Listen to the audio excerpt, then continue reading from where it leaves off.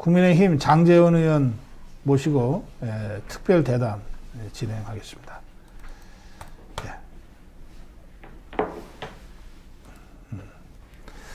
이 장제원 의원은 지금 3선 국회의원이고요. 부산 지역구입니다. 그리고 제가 보기에 최근 들어서 유일하게 이 시시비비를 가리는 국회의원 같습니다. 안녕하세요. 예. 반갑습니다. 두려운 마음으로 나왔습니다. 무슨 말씀을요? 고 박사님이 너무 많이 혼을 내셔가지고. 왜 그러세요? 제가 사실 고 박사님 TV를 예. 거의 매일 듣습니다. 그래요? 그래서 예. 많이 배우고 있는데 예. 많이 혼을 내셔가지고 예. 제가 여러분한테 제가 통해서 예. 고 박사님이 왜 저를 혼을 내지라고 이제 말씀을 드렸었어요. 박민희 선배한테 들으셨어요. 아, 그래요. 예. 또 배승희 변호사, 예. 또 서정욱 변호사한테 좀 말씀을 드렸는데 오늘 두려운 마음으로. 아이고, 잘 오셨습니다. 잘 오셨습니다. 불러주셔서 감사합니다. 예. 제가 유일하게 시시비비를 가리고 당 지도부에 대해서도 할 말하는 국회의원이다 이렇게 생각해서 모셨습니다.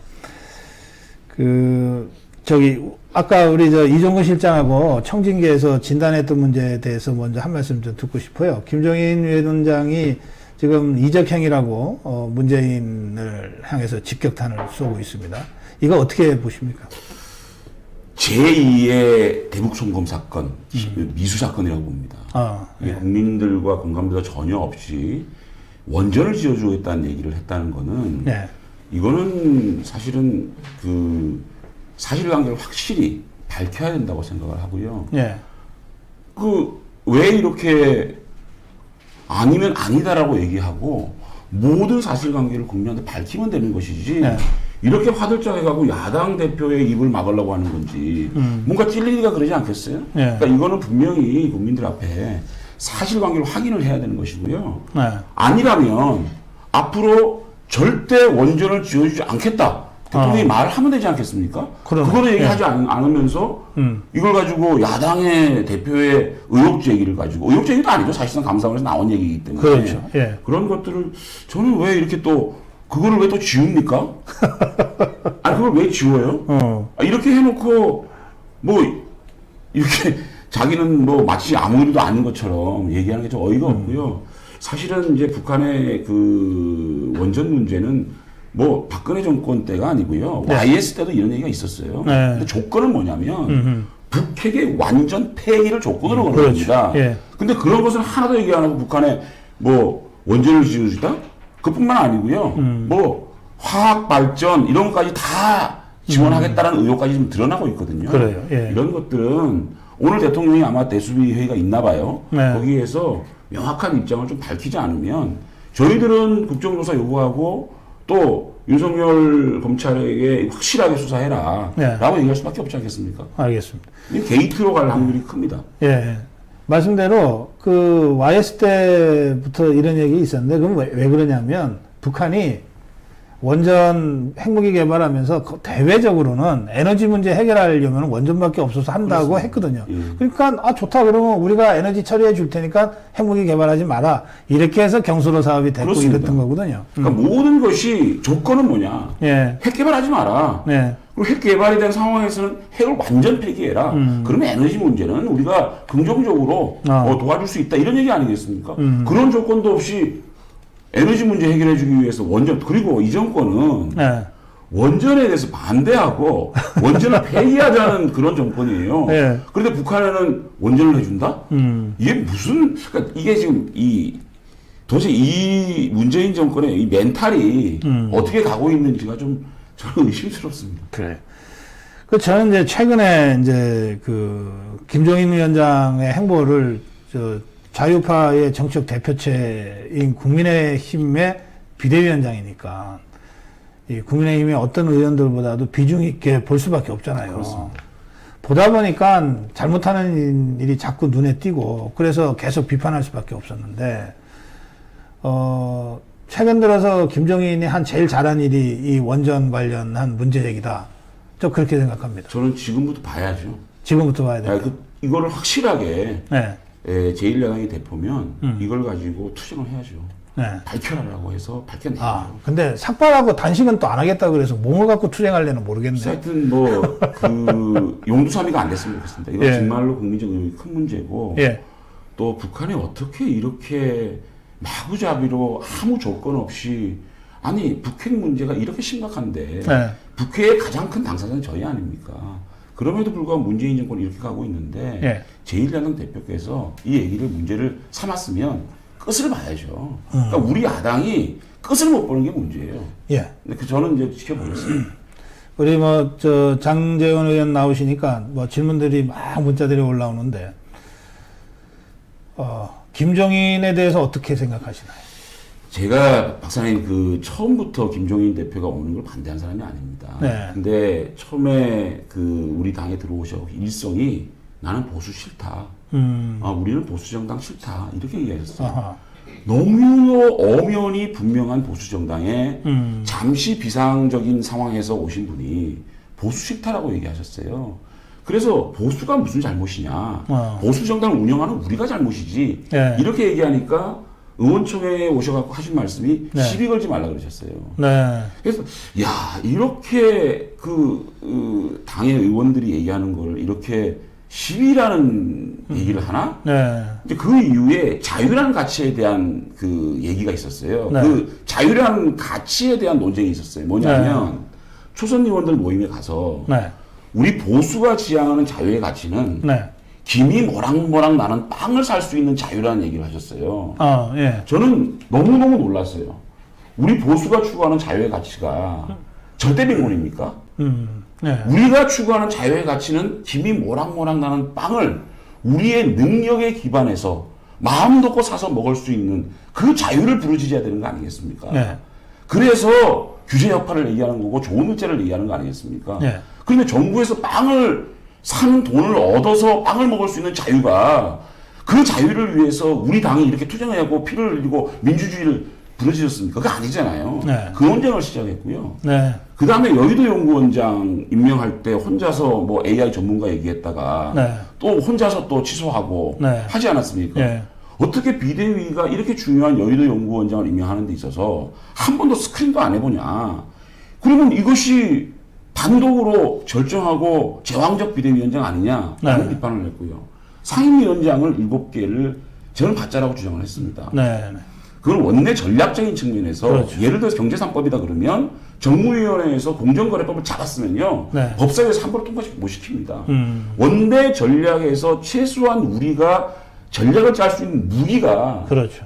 참 화나고 이루 말할 수 없는 비참하지만 우리가 가질 수 있는 무기는 가지고 들어가야 되는 거 아니냐라고 네. 얘기했는데 이거를 필요 없어 라고 얘기한 부분에 대한 문제 제기를 해서 제가 그것 때문에 네. 제가 3선이다 보니까 네. 상임위원장 대상이잖아요.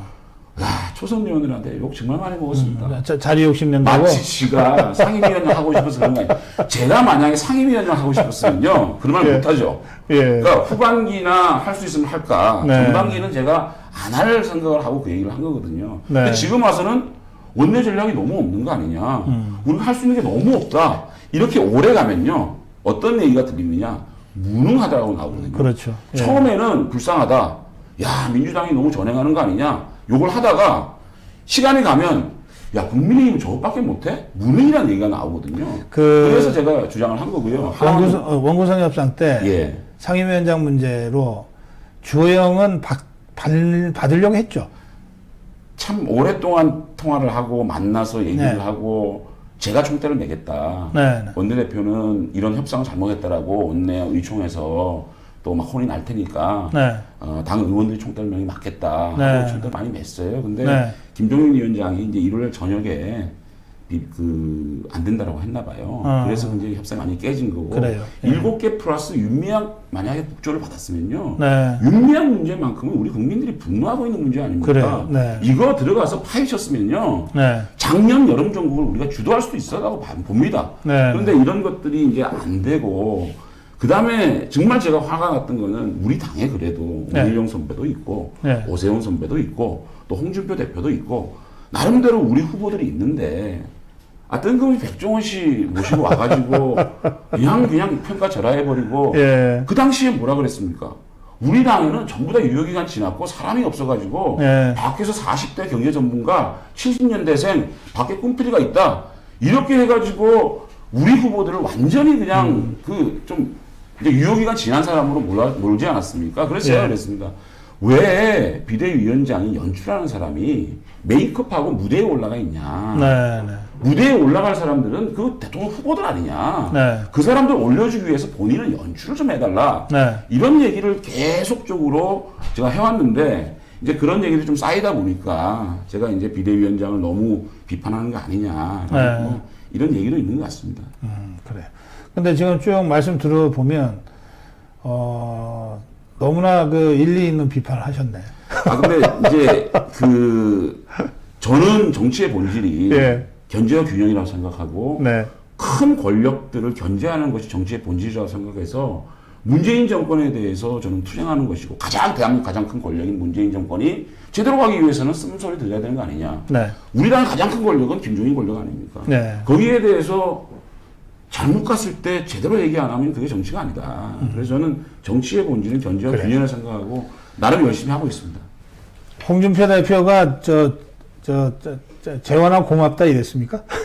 아, 이제 복당 문제죠. 예, 예. 근데 우리가 지금 사실은 복당 문제에서 찬반이 있습니다만은 네. 그래도 지금 밖에 있던 우리 권성동 의원이라든지 또 김태호 네, 의원이라든지 다 들어왔죠. 홍준표, 예. 윤상현 사실 이제 홍준표 대표가 못 들어오고 있는데 저는 이거 사감이라고 생각을 해요. 그래도 그 탄핵 정국을 딛고 24%를 받았던 대통령 후보를 지낸 사람을 밖에 내놓는다? 네. 그리고 본인이 들어오고 싶어 하는데? 네. 그 이해가 됩니까? 그리고 윤상현 선배 같은 경우에는 예. 같은 걸로 4번을 참 견책을 받은 사람이에요. 아무리 그랬으면 우리가 똑같은 일로 3-4번을 갖다가 참 견책을 받으면 그럼에도 불구하고 지역 주민들이 선택을 했으면 예. 같이 해야죠. 윤상현 의원도 들어오려고 하고 있죠. 그래서 이제 그 마음이 많이 상했더라고요. 아, 통화를 그래요? 했는데 재원아 내가 들어가야 되냐. 들어오라 그럴 때까지 내가 있어야지라는 좀 그러니까 우리 진영에 참 어떻게 보면 아이디어도 있고 네, 하신 분인데 이렇게 밖에 다 놔두는 게 한석이 아쉬운 판에 102석입니다. 그렇죠. 홍준표 대표는 지금도 들어올 생각은 확실히 있죠. 그것도 좀 마음이 상했나요? 이제는 이제 본인께서 직접 네.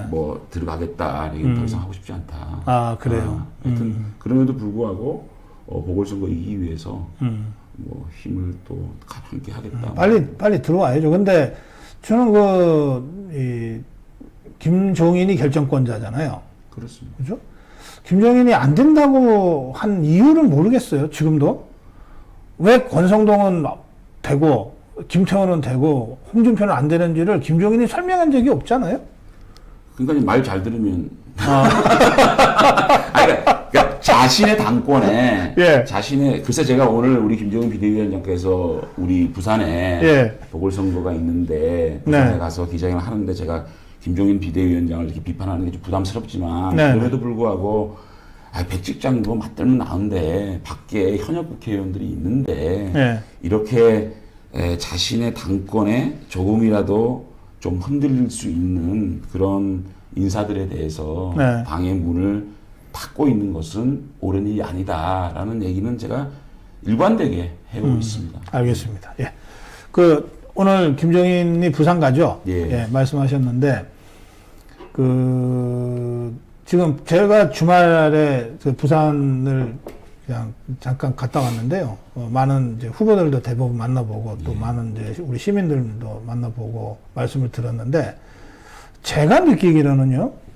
여론조사 숫자로는 무슨 뒤집어졌다 하지만 문재인 정권 심판에 대한 우리 부산 시민들의 열망은 너무 높아서 국민의힘이 여기에 부응하지 못해서 야단치는 목소리는 있으나 제가 여론이 뒤집어졌다 이렇게는 제가 느끼지 못했어요. 다만 이게 지금 부산시장 후보들이 정말 다이내믹하게 드라마틱하게 또 아름답게 경선을 잘 치러서 강력한 후보를 내고 좌파를 심판할 정도의 이 당내 경선 관리가 제대로 안 된다. 는데 대한 시민들의 걱정은 꽤 있더라고요. 어떻게 지금 보고 계십니까? 하루 갔다 오셔가지고 예. 인심을 정확하게 보셨어요. 예. 저 아직까지 예. 바닥 정서가 저희들은 뭐 늘 지역구를 다니니까 네. 인심을 체감적으로 느끼는데 문재인 정권에 대한 심판론이 아직까지는 더 강합니다. 네. 그럼에도 불구하고 저희들이 이번에 부산에서는 압승을 하지 않으면 안 되는 상황에서 네. 조금 주춤하고 있는 건 사실이거든요. 그런 것들은 당 지도부가 메시지 관리를 실패했다. 아, 그래요. 사실 예. 가덕도 신공항 같은 경우는 그렇게 큰 이슈가 아니었습니다. 네. 정말로 큰 이슈가 아니었어요. 저희들도 대통령이 결정해라. 이런 국책 사업을 그냥 당에 맡겨놓고 국회에 맡겨놓고 국회 의석수를 결정하는 게 말이 되냐고. 이게 무책임한 경우가 있냐. 대통령께서 민주당 대표 시절에 5석만 주면 신공항 반드시 하겠다고 하지 않았습니까? 네. 지금까지 4년 지나는 건 뭐 했냐 이거예요. 그거를 질타하고 있는데 네. 우리랑 참 죄송한 얘기지만 당 대표께서 작년에 그 우리 부산에 내려오셔가지고 이제 그 가덕도 신공항 얘기들을 하니까 네. 코로나 때문에 김해공항도 사람 없잖아요. 그러니까 이런 메시지를 정말 제가 그 다음에 후보들 격려하러 갔으면 예. 제가 정말 이게 가슴이 아파서 하는 얘기예요. 정말. 예. 후보들이 그 당시에 이진복 선배라든지 또 뭐 그 이현주 후보라든지 뛰고 있는데 네. 유재명 선배도 뛰고 있었죠. 삼선 국회의원쯤 하니까 재미없으니까 시장 하려고 그러네. 이런 말을 부산에서 하고 오셨잖아요. 네. 그때부터 참 나빠지기 시작한 거거든요. 아, 예. 그럼에도 불구하고 우리 후보들이 열심히 뛰어가지고 그래도 지금 이렇게 지지율을 유지하고 있는데 또 서울에서 신공항 하나 신공항 하나 한다고 부산 경제 뭐 발전돼? 달라지냐 뭐 하나라는 말이 굉장히 비하성 발언이거든요. 그렇지. 그러니까 예. 그 메시지를 왜 그렇게 하냐는 겁니다. 그러니까 부산 국회의원들이 열망을 가지고 열심히 하고 있는데 예. 대통령께서 분명히 입장을 정해라. 이렇게 우리 부산 의원들의 스탠스와 같이 가주면 참 이게 별 문제 없이 지나갈 수 있는 화두였거든요. 네. 그리고 부산은 지금 결국은 그 자영업의 파탄 네. 이걸 어떻게 다시 버티게 해줄 것인가. 그리고 일자리가 정말 없습니다. 네. 한진해운과 한진중공업이 어려워지면서 많은 분들이 명퇴를 했기 때문에 자영업자들이 무지하게 많거든요. 네. 그 다음에 젊은 사람들이 일자리가 없다 보니까 네. 이런 것들을 어떻게 해소해 줄 것인가가 더 관심입니다. 네. 그런데 오히려 당 지도부가 메시지 관리 실패해가지고 가덕도 신공항 문제가 이 선거의 주요 이슈로 부각을 시켜버린 거예요. 그런 지점들이 참 아쉽고 어쨌든 예. 오늘 부산 내려가시니까 부산 경제 발전에 대한 종합적인 대책을 잘 발표해서 예. 지금 다독거리고 우리 부산과 함께 좀 지도부가 좀 그래요. 고민을 했으면 예. 좋겠습니다. 그 제가 그 후보들을 대개 다 만나보고 왔는데요. 걱정들이 많은 게 오늘 김종인 위원장 내려와서 또 무슨 소리 하고 갈까? 또 산통 다 깨고 가지는 않을까? 이 걱정들 하더라니까. 저도 이제 그런 말 하고 싶은데, 오늘 뭐 10시에 비대위원회에서 좋은 메시지를 또 말씀하신다 그러니까 내가 거기까지. 그래서 네. 후보들이 만약에 오늘도 내려와서 또 부산 시민들 자존심 상하는 얘기를 또 하면 이제는 후보지만 아무리 후보지만 나서지 않을 수 없다. 그런 말씀들을 우리 후보들이 하더라고요. 그거 제가 전해드리는 거예요. 저도 들었습니다. 기왕에 내려갈 거면 제대로 하고 와라 이 말씀이고. 제대로 하고 오셨으면 좋겠습니다. 예. 우리 저 장재현 의원 지역구가 사상이죠. 사상입니다. 그 문재인이 국회의원 했던. 제가 먼저 했죠. 그래. 제가 선배입니다. 예. 제가 하고 뭐 2번을 공천을 못 받아서 문재인 후보가 한 번 이기고요. 네. 그 다음에는 제가 이제 20대죠. 예. 제가 또 공천을 또 못 받았는데 네. 이번에 안 나가면 영영 여의도로 못 돌아올 것 같더라고요. 그래서 제 인생의 마지막 선거다. 그때 무소속으로 나가가지고 그렇습니다. 돼서 다시 당에 들어왔고. 그렇습니다. 네. 그때 이제 소위 말하는 박근혜 키즈, 문재인 키즈 그 사이에 껴가지고 힘들었는데 하여튼 우리 지역 주민들이 구별해서 네.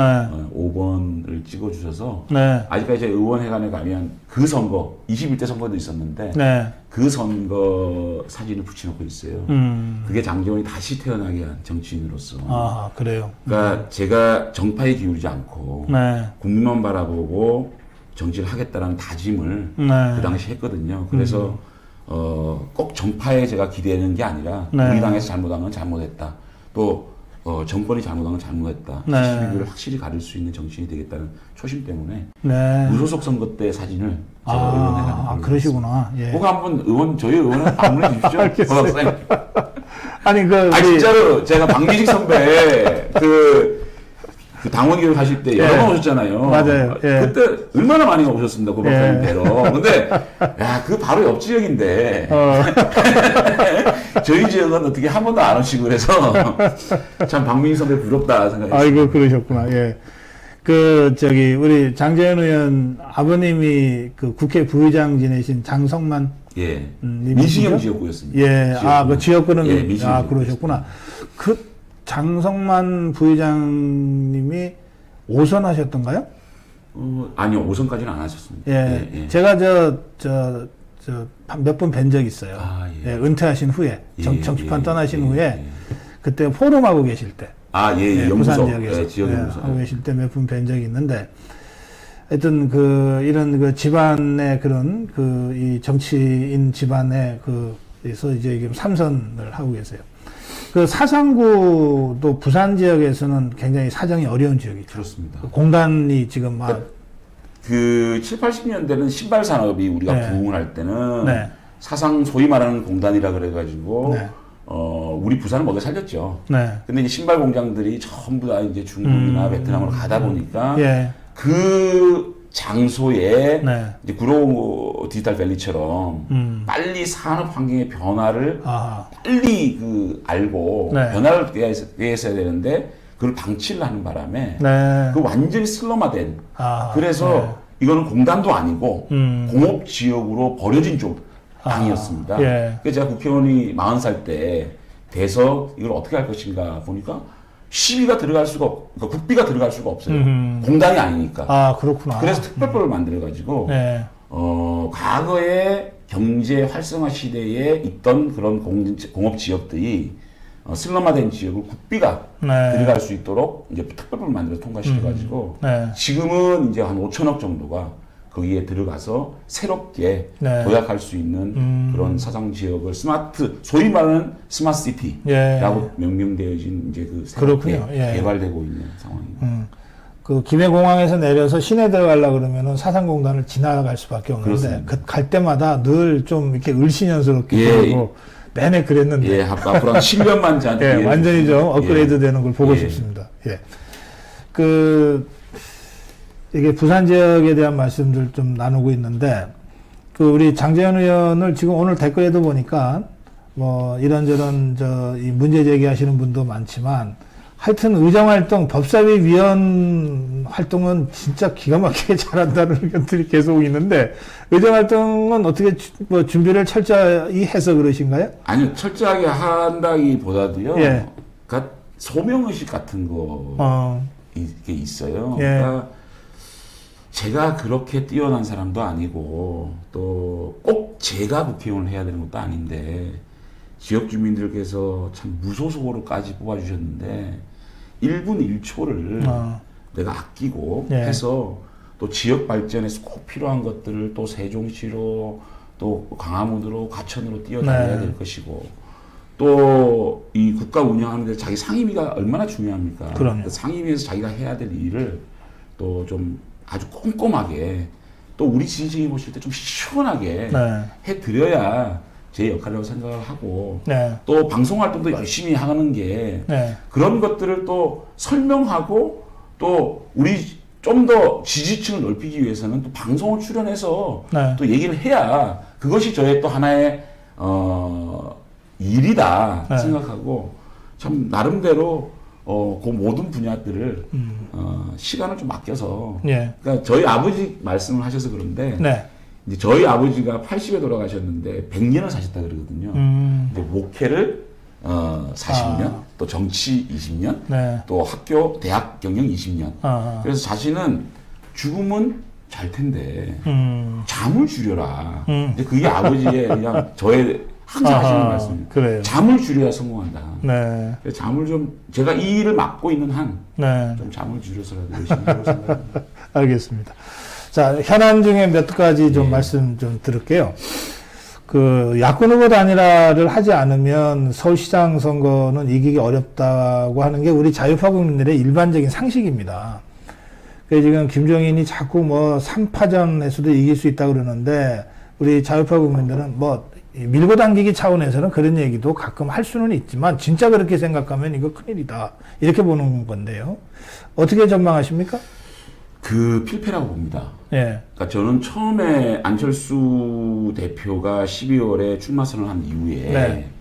사실상 긍정적인 효과가 컸습니다. 네. 왜냐하면 연초에 실시하는 여론조사에서 범야권이 이길 수 있는 승리 가능성을 보여줬거든요. 네. 그러면 자연스럽게 밴드웨건이 생기는 거고 네. 그렇기 때문에 우리 범야권이 승리할 수 있는 기반을 안철수 대표가 좀 만들어준 거 아닌가. 네. 그러면 우리 제1야당이 국민의힘에서 이 안철수 대표를 어떻게 잘 네. 시너지를 키울 것인가라고 생각을 해야 되는데 김종인 비대위 또 이제 김종인 비대위원장 비판을 좀 할 수밖에 없는 게 관심 없다. 그 후보 단일화가 뭔지 모르겠지만 내가 관심 가질 이유가 없어요.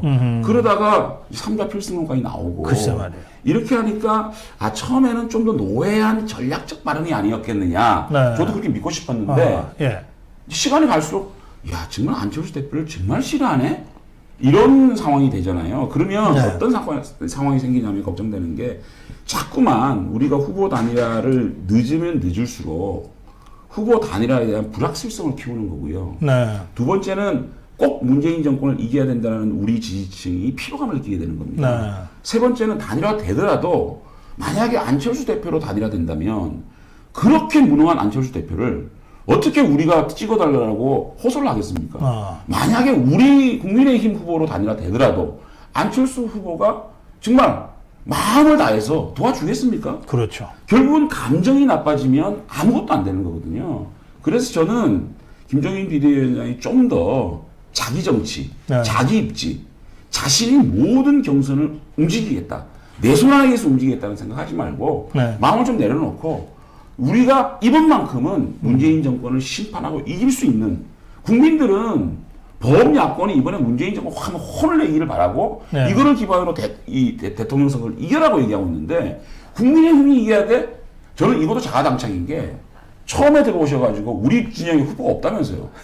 그래갖고 지금 문 걸어 잠그고 국민의힘 하고 있습니다. 네. 그 진정으로 국민의힘 후보가 돼야 된다고 생각한 걸까요? 그래서 저는 이 게임은요 대선의 바로미터입니다. 네. 서울시장 선거 지면 대선 정말 어렵거든요. 그래서 저는 사실은 서울시장 선거 이겨야 네. 김종인 비대위원장도 정치적 미래가 뭐 이렇게 할 수 있지 않겠습니까? 네. 근데 왜 이러는지 모르겠어요. 그러니까 자기 입지만 생각하지 마시고 네. 큰 마음으로 안철수, 나경원, 오세훈. 그러니까 저는 처음부터 박사님 그 대권 후보급이 나와야 된다고 생각을 했어요. 네. 그러니까 대권 후보급이 안 나오면 이 선거도 참 조직 선거이기 때문에 어렵다라고 네. 생각을 해서 사실 오늘 처음 밝히는 건데 12월 중순에 네. 오자회담을 제가 좀 추진을 했습니다. 그러니까 네. 원희룡, 유승민, 홍준표, 그 오세훈, 네. 그 이런 5분 있지 않습니까? 예. 예.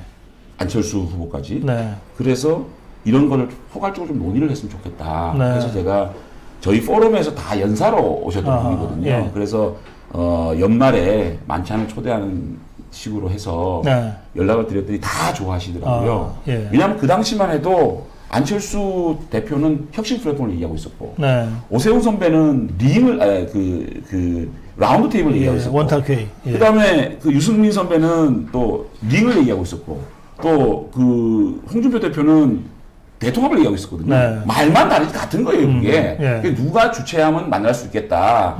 그래서 그걸 추진했었는데 코로나가 너무 심해져가지고 네. 그때 뭐 4인 금지 뭐 이런 일이 생겨가지고 이제 못했는데 그때 아마 이런 논의들이 돼서 네. 이제 그 서울시장 후보들이 그래요. 출마를 예. 하게 되면 참 그래도 부드럽게 되지 않았다는 생각이 안타깝습니다.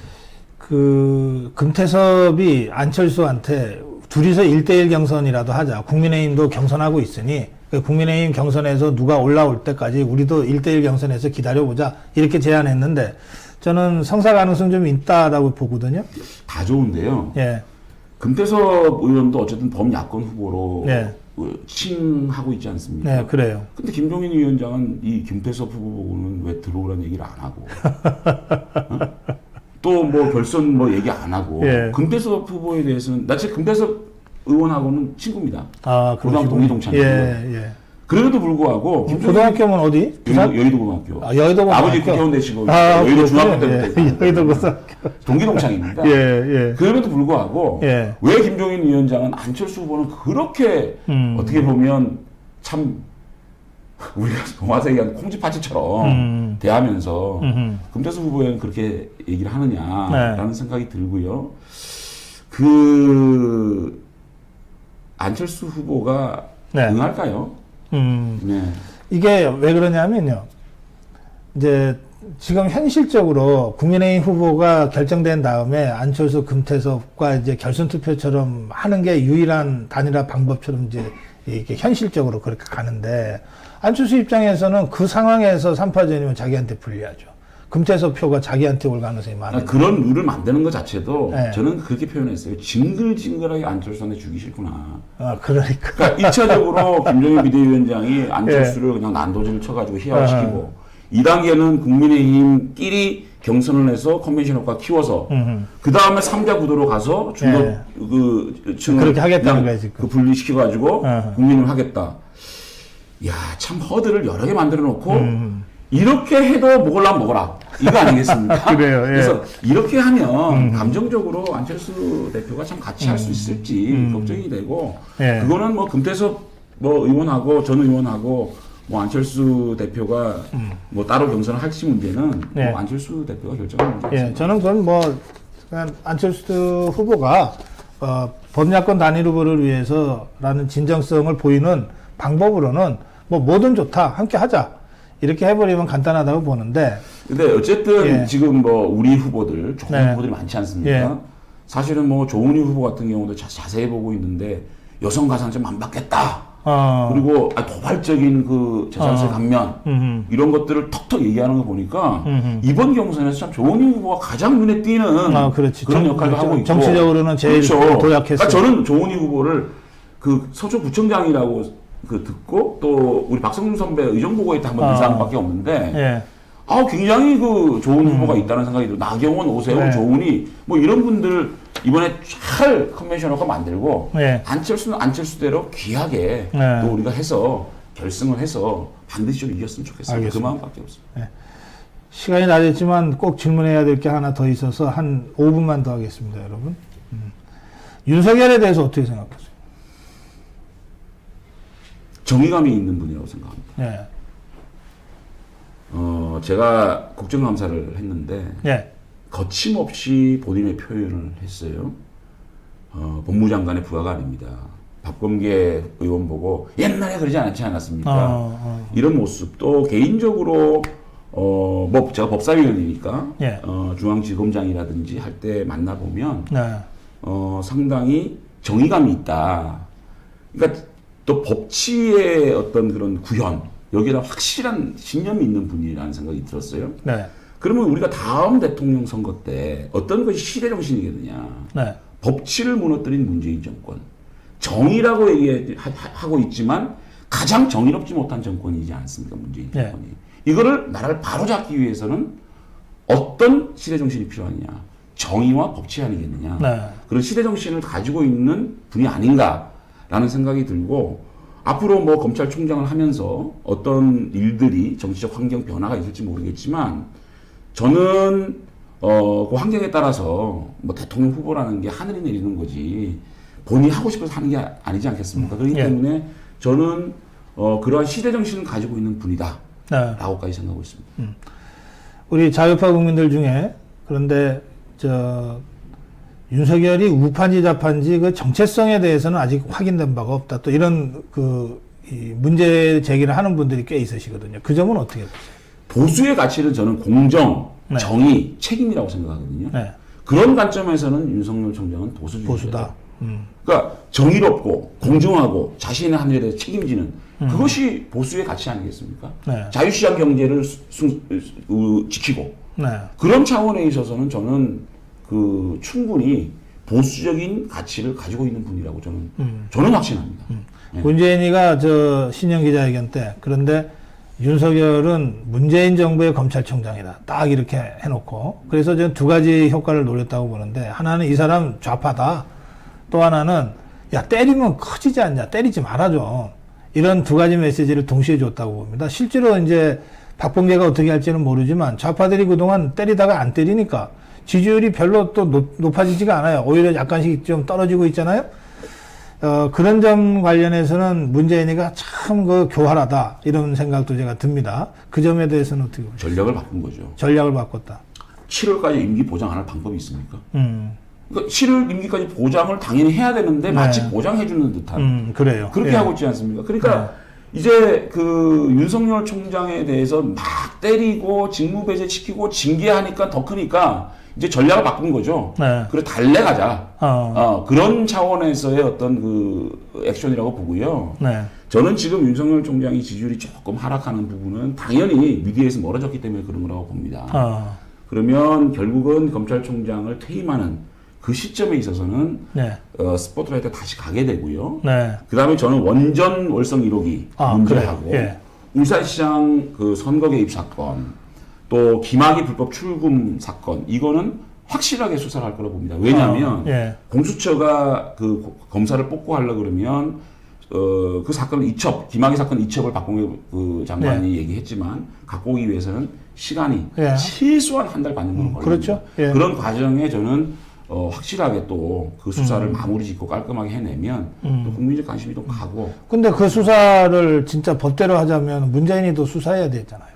대통령이니까요. 그러니까 기소는 못해도 수사는 할 수 있잖아요. 박근혜에 대해서도 일단 최이봉 수사는 했죠. 비서관까지 올라갔잖아요. 그 위에는 또 그 뭐 정책실장도 있고 하지 않겠습니까? 예. 너무 뻔한 거 아닙니까? 그렇죠. 뻔한 건데 뻔한 수사 하셔야죠. 자, 그러니까 윤석열이 어디까지 갈지는 좀 지켜봐야겠죠. 예, 알겠습니다. 자, 마무리 인사 말씀 좀 부탁합니다. 우리 시청자. 우리 고성급 TV 시청자 여러분들 참 뵙고 싶었습니다. 그리고 한 번은 꼭 나오고 싶었습니다. 그래서 저에 대한 많은 질타도 계신 거 알고 있고요. 제가 또 정치를 하면서 삼선을 하면서 다 잘했다라고 말씀드리지는 않습니다. 저는 성장하는 정치인입니다. 앞으로 여러분들께 주신 시간 동안 좀 더 좋은 정치, 좀 더 발전하는 정치, 성장하는 정치인 되도록 노력하겠습니다. 고맙습니다. 즐거웠습니다. 고맙습니다.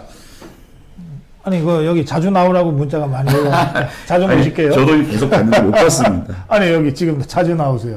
근데 오늘 그거 많지 않았나요? 저거 댓글? 괜찮아요. 자, 고맙습니다. 고맙습니다. 예. 네. 아니 그 실시간